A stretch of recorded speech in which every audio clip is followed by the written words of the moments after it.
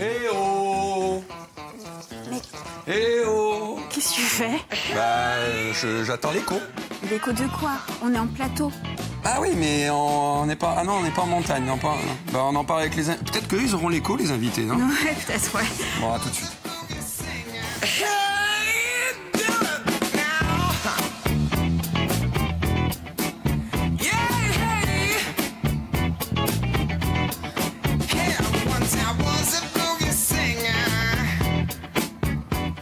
Bonjour à vous, si vous nous rejoignez pour cette seconde partie de Vie à Nouveau au sommaire, Caroline. Revitalisation, développement économique, tourisme, environnement, la montagne Corse est-elle le sommet de tous les possibles? On pose la question à nos invités dans quelques instants. Et puis direction Barcelone avec notre programme court oui, d'Acui et d'Altro qui nous emmène chaque semaine à la rencontre de la diaspora corse. Et puis vous pouvez réagir sur les réseaux sociaux avec le hashtag Vianov et nous poser toutes vos questions. Mais comme chaque jour, on commence par la revue de presse.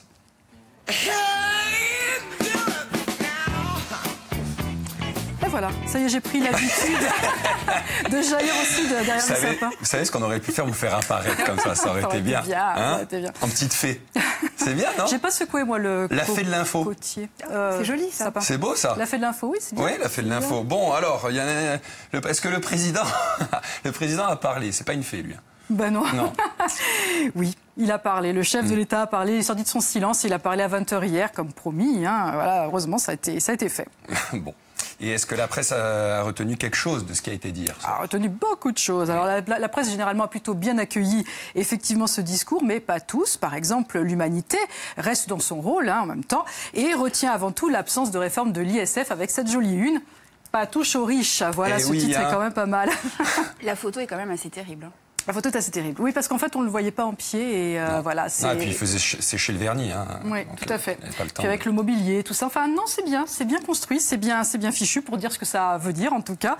L'Humanité annonce ou dénonce d'ailleurs un chef de l'État qui lâche du lest pour mieux préserver ses réformes antisociales à venir.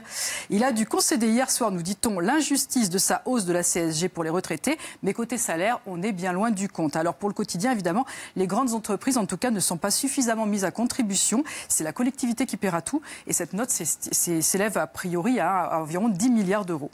Pour Libération, on va un petit peu dans le même sens, avec un peu plus de modération, il faut l'avouer quand même. Mais regardez, c'est « je vous ai un peu compris ». Oh, c'est pas mal, aussi. Elle est pas mal. Alors, ils reprennent évidemment les mots du général de Gaulle et ils détaillent les faits, c'est-à-dire les 100 € de plus pour le SMIC, l'annulation de la hausse de la CSG pour les petites retraites et le président a annoncé des mesures sur le pouvoir d'achat, mais pour le reste, le flou demeure, nous dit Libé. Laurent Geoffrin, d'ailleurs, dans son éditorial, affirme « Des miettes, point d'interrogation? Non.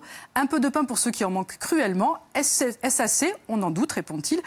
Rien sur la désindexation des retraites, ni sur l'avancement des baisses de la taxe d'habitation, rien surtout ou presque sur la nécessaire contribution des plus riches à l'effort commun, ce qui rejoint complètement l'UMA sur ce propos. Est-ce que les autres journaux sont plus positifs? Alors on a le Parisien, non, Les Échos d'abord, qui est plutôt enthousiaste avec ce titre, regardez. Pouvoir d'achat, les réponses choc de Macron. Donc on se dit que c'est vraiment les réponses qui plaisent, en tout cas aux Échos. Pour eux, donc, les heures sup défiscalisées, la baisse de la CSG, la hausse de la prime d'activité en 2019. Mais quand même, l'aveu du président, c'est ici, vous ne le voyez pas tellement, c'est « nous n'avons pas pu apporter une réponse assez rapide et assez forte ». Voilà, et quand même, il concède qu'il n'a pas été tout à fait à la hauteur au début, en tout cas. Mais les réponses d'hier conviennent? Ça convient en tout cas aux Parisiens, qui a un titre hyper enthousiaste. Regardez, Gilets jaunes, cette fois, il a répondu. Voilà, donc on dirait que tout a été dit, c'est magnifique. Bon, il y a quand même un petit bémol. Le quotidien s'inquiète quand même en disant les réponses d'Emmanuel Macron, qu'il a l'air d'apprécier, aux revendications des Gilets jaunes seront-elles suffisantes pour mettre un terme à la crise? Et oui, est-ce suffisant pour apaiser la colère? C'est pas évident. Alors on a le Figaro qui est plutôt confiant, qui titre Pouvoir d'achat, débat national, le nouveau contrat Macron, et qui nous explique, qui détaille du coup ce débat national, parce que le chef de l'État a annoncé une série de mesures et a promis une large consultation pour répondre à la colère des Français. C'est vrai que c'est peut-être ce qui manquait le plus, c'était la consultation. Alors là, il va falloir se concerter pour discuter avec le chef de l'État, et là, ça va être un autre problème, parce que justement, le mouvement des Gilets jaunes, c'est précisément un mouvement d'électrons libres. Alors comment la Croix voit-il tout cela? Avec du recul, regardez, et un titre plutôt sobre, les concessions d'Emmanuel Macron. Voilà, on va faire l'inventaire, c'est tout simple. Bon, ça rappelle quand même aussi qu'il y a eu un mea culpa pour commencer effectivement ce discours. Et ce mea culpa rappelle à nouveau qu'on attendait du fond, mais on attendait aussi la forme. On attendait quand même un président justement pas du tout arrogant, plus près de son peuple, qu'il n'a pas nommé peuple d'ailleurs pour une fois. Là, la forme était plutôt pas mal. Est-ce qu'on a... Corse Matin. Oui, Corse Matin. On a Corse Matin qui est à peu près dans le même esprit, avec un titre aussi sobre en couverture. En tout cas, Macron face à l'état d'urgence sociale du pays. Mais en page intérieure, le titre est un petit peu plus engagé, avec un Macron tente de déminer. Et l'analyse de la méthode montre qu'en fait, il y a toute une série de réponses qui est là plutôt moins pour répondre en fait aux revendications que pour calmer cette crise. Donc on détaille aussi le mea culpa, on détaille les annonces. Évidemment, on voit que ça ne va pas forcément suffire. Voilà, c'est un article très intéressant dans notre quotidien. On n'a pas un petit dessin pour illustrer tout ça? Bien sûr, on a un dessin grâce à l'opinion, comme d'habitude. Alors l'opinion, d'abord, dans un premier temps, il se charge d'apporter simplement la note. Plus de 10 milliards d'euros pour calmer la colère. Puis en plus, il ajoute un petit peu plus bas que dès lundi soir, la Commission des affaires sociales de l'Assemblée nationale évaluait même ce coût à 15 milliards d'euros. Donc c'est quand même beaucoup. Mais CAC... il pose son regard vraiment amusé, voilà, sur cette espèce de gros loto à qui perd gagne. Numéro 42, hausse du SMIC, bingo. Voilà, en fait, voilà, les revendications des Gilets jaunes vont dans tous les sens. Donc forcément, il y en a qui ont gagné quelque chose hier et il y en a qui n'ont rien gagné. Allez, on termine avec le regard de l'Espagne. Oui, alors l'Italie ne s'intéresse pas du tout à notre cas. J'ai regardé les unes, franchement, ils se fichent complètement de ce qui se passe en France. En revanche, l'Espagne, regardez, le quotidien ABC fait carrément toute sa une sur Macron avec ce titre Macron claudica, c'est-à-dire abandonne en fait. Voilà. Et donc ils nous disent que le président s'excuse auprès des Français et tente d'apaiser la révolte des Gilets jaunes par un déluge de mesures sociales. Donc pour les Espagnols, c'est extrêmement positif. On a aussi El País qui fait ça une dessus et El Mundo qui laisse une bonne place d'ailleurs à la photo des Gilets jaunes, vous voyez, et ici ce titre le même d'ailleurs, Macron claudica. Donc Macron cède face aux Gilets jaunes, alors on l'aura compris. Je ne sais pas si en France ça fait l'unanimité, mais en tout cas en Espagne on a vraiment l'impression que le président, enfin Jupiter, a abdiqué.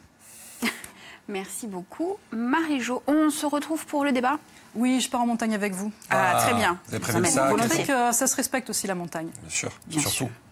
Allez, mais tout de suite, direction Barcelone, à la rencontre d'Orsu Lovicogne, manager de la capitale catalane, c'est Dacui et Daltro.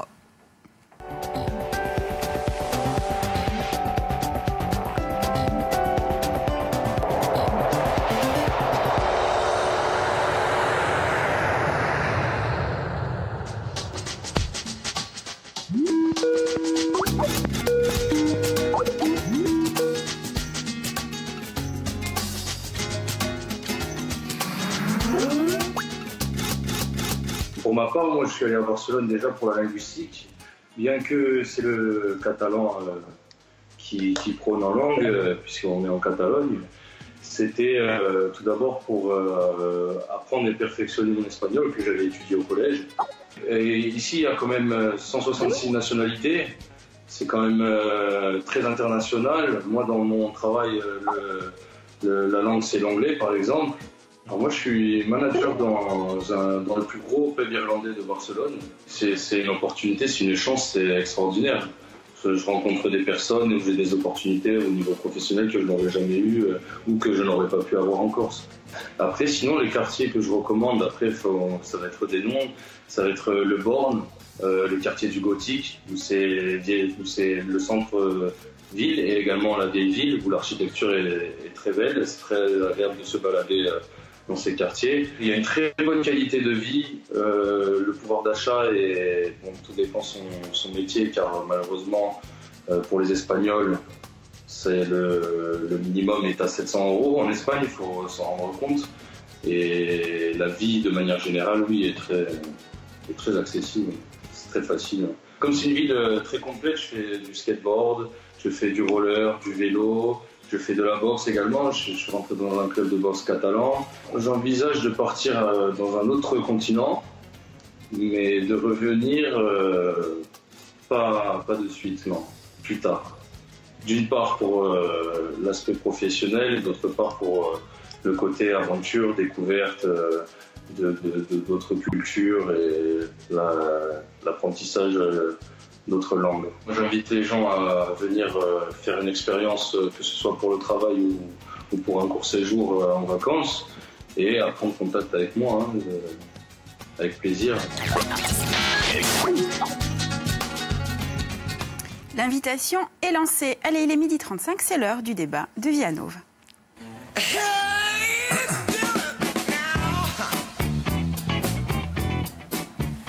Bienvenue, messieurs. Alors, la loi du... Je vous en prie, prenez votre temps. Restez avec nous. On parle de montagne, mais on n'est pas obligé de glisser. Allez, la loi du 28 décembre 2016 confère à la Corse son statut d'île montagne, reconnaissant ainsi la spécificité du territoire insulaire.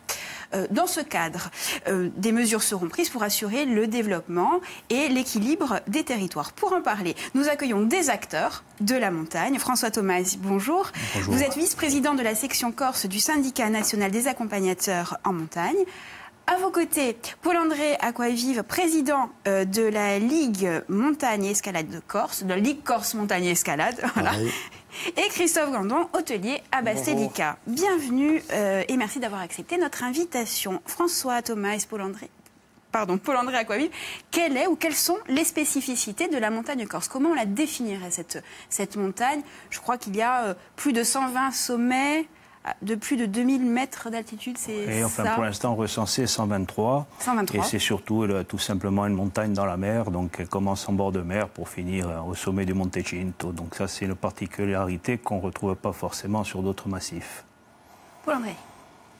Écoutez, déjà, les spécificités des sommets, c'est que la Corse est un des pays d'Europe où la proximité des sommets de plus de 2500 mètres en bord de mer est faible. C'est-à-dire que nous avons de Paia Orba au golfe de Girolate à peu près 8 km et du Cinto une douzaine de kilomètres. On retrouve ça en Sicile avec l'Etna, sinon après il faut aller chercher très loin dans le monde pour retrouver ça. Est-ce que c'est toujours aujourd'hui une zone désertée, on va dire ça comme ça, ou est-ce que vous constatez vous-même une inversion de cette tendance? On se réapproprie cet espace? C'est-à-dire qu'au niveau de l'habitat, c'est déserté, c'est-à-dire les gens descendent vivre en plaine et dans les zones urbaines et périurbaines. Par contre, au niveau des utilisateurs, il y a beaucoup d'utilisateurs, un peu de toutes sortes, hein. Ça va des motorisés, en passant par beaucoup de trailers maintenant, puisqu'il y a beaucoup de trails. Donc c'est une nouvelle façon de découvrir la montagne. Il y a encore des chasseurs, il y a encore des éleveurs. Et puis il y a des gens qui pratiquent la montagne sous différents aspects. Mais enfin, en tant qu'utilisateur de la montagne, on n'en manque pas. Ce qui manque, c'est des gens qui se fixent en montagne. Comment vous expliquez ce regain d'intérêt, Paul-André? Bon, il y a toujours un effet de mode, notamment pour le trail. Au départ, on pensait que c'était un effet de mode, mais aujourd'hui, il se confirme comme vraiment une pratique insulaire importante. Les gens qui vivent... La Corse est devenue urbaine ou périurbaine du point de vue de son habitat. Hein. L'intérieur, c'est, depuis les années 60, considérablement... la démographie est en chute libre, il n'y a pratiquement plus personne des actifs qui vivent en montagne, et donc ces gens qui travaillent la semaine dans des bureaux en ville ont besoin le samedi et le dimanche d'aller prendre l'air, et c'est ce qu'ils font. C'est pour ça qu'on voit un peu de monde. Mais sinon, le constat il est plutôt triste pour ce qui me concerne. J'espérais qu'avec le comité du massif, la mise en place du comité du massif, il y aurait quelques mesures susceptibles de revaloriser tout ça. Ça m'a l'air très compliqué. Alors, on va parler justement des gens qui se fixent et qui créent leur activité ou leurs activités économiques en montagne. Alors, vous, Christophe, vous avez décidé de créer votre activité à Bastelica, un boutique hôtel. Est-ce un pari autant qu'un choix ? Les deux, complètement les deux. D'abord, un choix sentimental, hein, c'est mon village et je ne l'aurais pas fait ailleurs. Donc, ça, il y a un attachement, il y a un attachement au territoire, évidemment.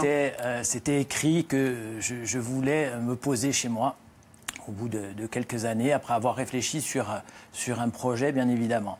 Ensuite, l'orientation en montagne, bien sûr, ça comporte quelques difficultés, bien que avec si on regarde l'attrait de la Corse, c'est la mer. Ça a toujours été vendu comme la mer avec une montagne au milieu, alors que ça devrait être l'entrée du littoral pour aller vers l'intérieur et pouvoir profiter de toute la clientèle qui arrive en Corse. C'est finalement inverser les flux.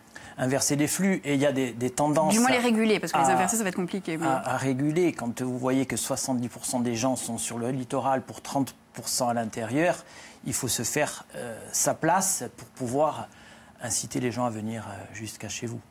Comment, justement, jusqu'à chez vous, comment avez-vous conçu votre hôtel? Est-ce qu'il répond à des normes environnementales particulières?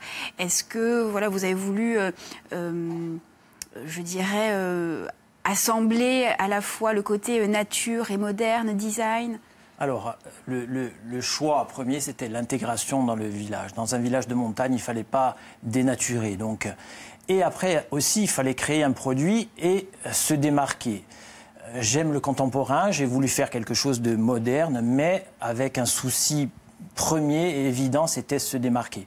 Après, environnemental, écologique, c'est-à-dire que 60% de la construction est vitrée. Donc ça veut dire que on n'allume pas les lumières, le chauffage quasiment jamais, bien qu'il fait très froid actuellement. Mais on essaye. Et puis, se démarquer, faire un produit touristique pour dire pourquoi venir jusqu'ici. Eh bien parce qu'il y a ça. Alors justement, que recherchent vos clients? Alors, notre clientèle, par rapport à la Corse en général, qui est 70% française, nous sommes à contre-courant. Nous avons 65% de clientèle européenne et internationale. Donc, ils recherchent du calme, de la tranquillité, de la nature et faire des sorties en montagne, bien évidemment, et de l'authenticité en premier lieu. François, Paul-André, est-ce qu'on peut parler de deux clientèles, deux publics totalement différents entre le littoral et la montagne? Est-ce qu'on les oppose ou est-ce qu'ils se répondent finalement? Pas forcément différents, parce que quand on descend les chercher un petit peu, même s'ils sont en vacances en bord de mer, on arrive à les attirer vers l'intérieur pour des sorties à la journée ou sur quelques jours. Le problème, c'est qu'il faut prendre un petit peu le problème à l'envers, c'est-à-dire nous, si nous étions des visiteurs pour venir visiter la Corse, c'est encore un petit peu, ça change en bien, mais c'est encore un petit peu le parcours du combattant. On le voit quand nous, on part en vacances sur des destinations montagnes à l'extérieur, c'est quand même beaucoup plus facile de trouver ce qu'on recherche, alors que chez nous, c'est encore un petit peu compliqué, ça manque beaucoup d'harmonisation, mais bon, il y a quand même un effort qui est fait, et puis on espère que ça va s'harmoniser, parce que les professionnels en ont besoin. Il manque, selon vous, une structuration de la filière. Une filière existe, il faudrait... C'est-à-dire que déjà, il y a l'Agence du tourisme de la Corse qui est là déjà pour calibrer un petit peu le tourisme. Alors savoir déjà quel tourisme on veut, on n'a pas encore... on l'a compris, mais on n'a pas encore mis en œuvre. Après, nous autres professionnels, écoutez, on est là pour faire notre travail et le faire bien. C'est une passion, mais c'est aussi un travail. Mais il manque peut-être encore quelque chose, un lien entre les visiteurs, ceux qui viennent découvrir notre massif, et nous qui les attendons. Alors on fait du mieux qu'on peut, mais c'est encore un petit peu à la bonne franquette, et ça a besoin d'être harmonisé. C'est en phase d'harmonisation, mais ça a besoin d'être harmonisé. Grâce à une structure orientée, cette clientèle, un peu plus vers la montagne que vers la mer. L'Agence du tourisme de la Corse, c'est ce qu'on attend un petit peu d'elle, c'est-à-dire de pouvoir orienter vers l'intérieur. Mais pour orienter vers l'intérieur, il faut déjà voir un petit peu comment on peut les accueillir, sous quelle forme. Nous, on le sait parce que nous sommes des hommes et des femmes de terrain. Mais après, c'est difficile d'avoir le lien avec les institutions et les politiques. Donc on essaye, on est là pour ça. On a un syndicat ou des syndicats pour ça. Et on essaye d'avoir ce lien avec les politiques et les institutions. Paul-André, vous êtes un acteur de la montagne. Pour que celle-ci reste vivante, elle doit s'adapter. D'abord, il y a une principale difficulté. La Ligue, on a créé un centre de formation au métier de la montagne. La collectivité territoriale de Corse a créé une filière montagne. Le gros problème, c'est que pour trouver des insulaires qui veulent faire ces formations et les suivre, c'est très compliqué. Pour les guides, il y a actuellement une formation de guide de haute montagne, moniteur de canyon et accompagnateur en montagne. Pour les guides de haute montagne, nous en avons 6, on a sélectionné sur 6. et donc il n'y a pas de choix.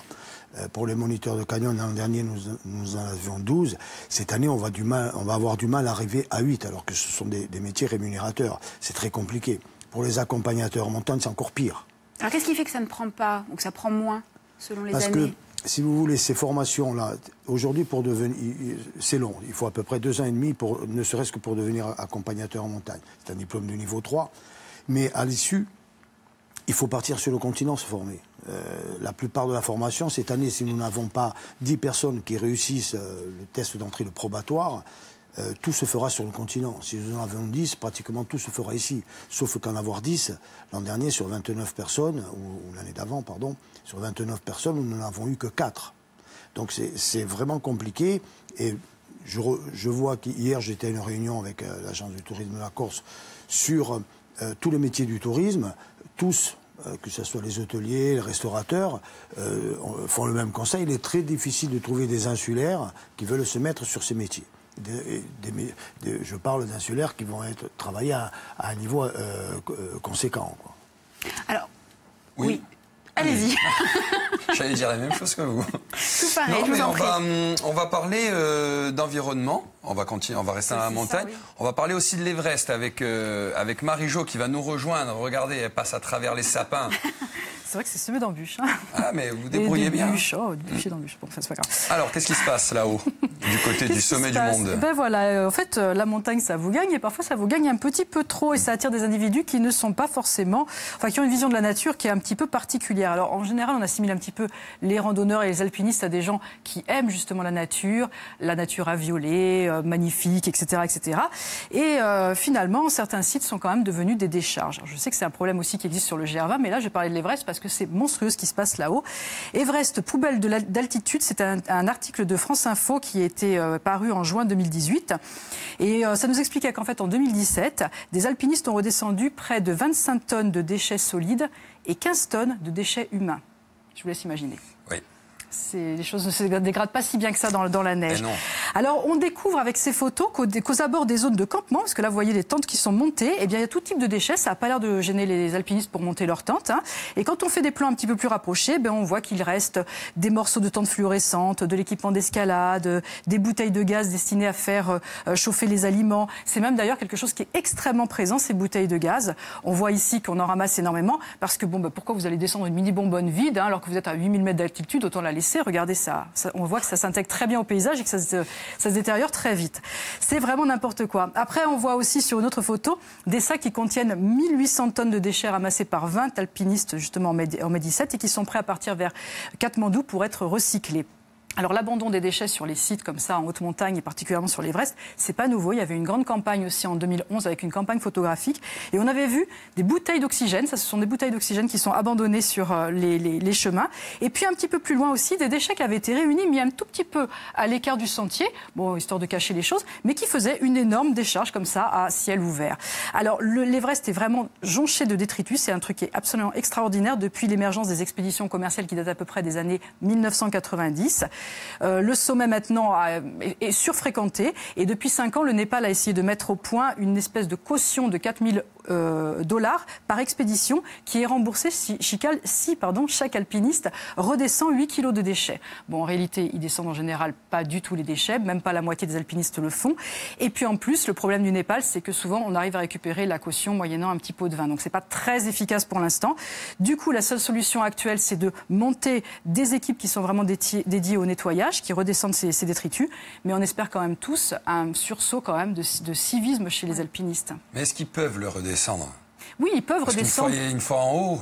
Oui, non, ils peuvent redescendre parce qu'en fait, ils partent chargés, ils partent aussi accompagnés de Sherpas, qui eux, pourraient redescendre aussi une partie des choses, sauf que, voilà, là, on leur demande un petit peu l'impossible. Oui. Il faut quand même être responsable et redescendre le matériel. Une bonbonne de gaz vide est beaucoup plus légère qu'une bonbonne de gaz pleine. On est d'accord. On peut la redescendre.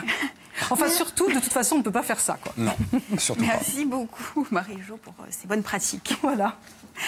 Messieurs, je vous pose la question à tous les trois. Est-ce qu'elle est préservée, la montagne corse, Christophe ? Elle est préservée, c'est toujours pareil. Il faut partir du principe que le touriste, et je ne devrais pas dire ça parce que j'en accueille des milliers par an, c'est invasif. Donc il faut faire attention. J'ai un petit hôtel de 8 chambres et une maison d'hôtes de 4 chambres d'hôtes. D'accord ? Donc, et je suis quasiment le seul professionnel de l'hébergement de la région où il y a vraiment du monde. Maintenant, quand tout est structuré, tout est limité, quand c'est encadré, on fait attention. Mais quand vous voyez que certaines fois, à Bavé, là où vous suivez presque les conserves pour vous guider, hein, c'est dangereux. Il y a une action à faire, messieurs, sur l'environnement, la protection de cet environnement. Ça, c'est aux politiques, on demande ça aux politiques, parce qu'effectivement, il y a des endroits qui sont à saturation, comme le lac de Mél ou d'autres endroits où il y a trop de monde. Et à côté de ça, si on répartissait un petit peu le volume des visiteurs, ça serait beaucoup mieux. Mais ça, c'est un acte politique fort. Nous, sur le terrain, on peut aider, parce qu'on voit ces sites-là, on les connaît, mais c'est un acte politique. Et pareil, je rebondis sur ce que disait Paul-André, c'est vrai qu'on a des difficultés à trouver des jeunes, parce que ça serait bien si ces activités étaient encadrées, ces activités de montagne. Mais c'est vrai qu'on a du mal à trouver des jeunes. Alors nous, on est quelques-uns à travailler sur une nouvelle formule. C'est un BPGEPS, donc un brevet professionnel, mais qui se ferait localement pour avoir des polyvalents, des jeunes très réactifs, des jeunes d'ici très réactifs qui pourraient travailler dans nos entreprises, puisqu'on a des entreprises, des vraies entreprises de pleine nature. Donc on travaille là-dessus, ça serait un BPGEPS Piena Natura et Ambiente, et donc on est en plein dedans, dans l'environnement aussi. Et vous cherchez des candidats? Et on est en train de mettre en place et on espère trouver des candidats, parce qu'il est vrai que là, on discutait avec un jeune en formation accompagnateur en montagne, les allées et venues fréquentes avec le continent fait qu'il en est à plus de 10 000 €. Lui, il a la chance de pouvoir supporter ce poids financier, mais ce n'est pas le cas de tous nos jeunes. Allez, messieurs, merci. On arrive au terme de l'émission. On est d'accord pour dire que la Corse, sommet de tous les possibles? En la respectant, bien évidemment. En la respectant. Oui, parce qu'il y a encore beaucoup à gravir pour arriver au top. Alors, c'est possible, mais il y a encore du boulot. Il y a encore l'impossible, nul n'est tenu. Voilà, très belle phrase de fin. Allez, merci beaucoup. Nous, on va se retrouver dans un instant avec les 3 mousquetaires de Viano. On va parler culture, bien sûr. À tout de suite sur Via Stella.